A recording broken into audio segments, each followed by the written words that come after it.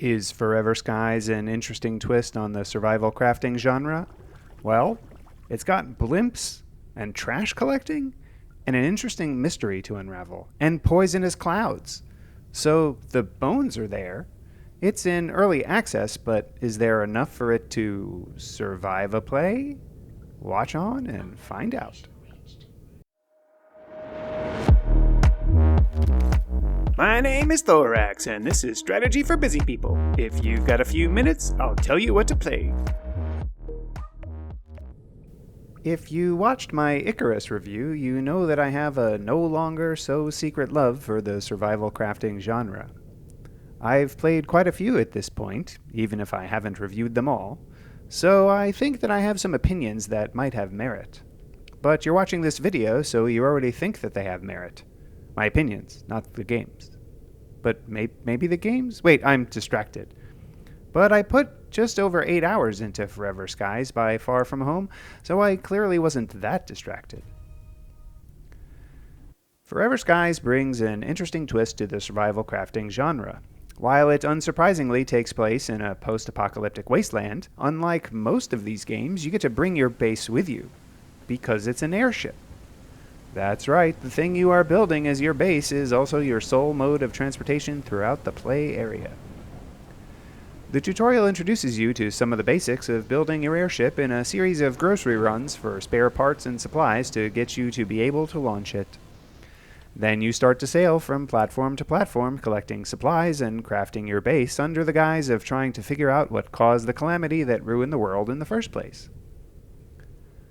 Crafting in this game takes somewhat the same shape as in other games in that you have to collect the raw materials required to make something.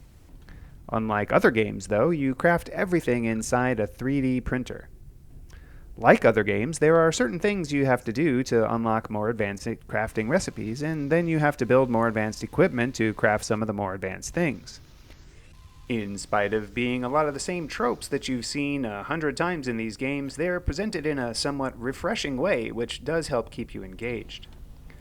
Being an early access title, there are some quality of life improvements that are desperately needed for inventory management, but surprisingly, I had no major crashes or glitches that took me out of the running. It's been quite a while since I originally played this game, so there may be many more improvements since then. Flying your ship around does take some skill, and there are things like storms that you have to avoid, which can damage your ship. You do end up picking up more than enough repair supplies to fix things, so it's not a tremendous worry. Yes, you can fall off a platform or fall off of your ship to your death, so don't do that. While we're on the topic of flying, both the speed of your vessel and the height it can travel require crafting modifications, and you can expand the living area with crafting too. You can also pick up some decorations along the way if you're feeling homely. Keeping your ship fueled is a pretty important task, so you need to make sure to constantly be crafting some. Fuel, that is. There are different fuel types that can be crafted, with the more exotic fuels providing more speed and power, although unsurprisingly requiring more advanced crafting supplies. Overall, the graphics are pretty good, and despite being post-apocalyptic, the lighting and setting do offer for some serene and beautiful vistas. Just don't fall off your ship and die. The story mode did, when I played it, end extremely abruptly. The devs are saying that they will be expanding things, so perhaps I'll revisit when the story is more fleshed out. But like many other survival crafting games, sometimes you just want to explore and see what you can figure out on your own. Before I give my final verdict, take a moment to like this video and subscribe to the channel. Don't forget to share with your friends. Agree with me? Disagree with me? Or want to see other content? Let me know in the comments below.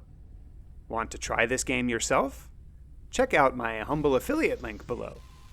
And if you want to support me in making more of these videos, become a patron on Patreon. Your support really makes a difference.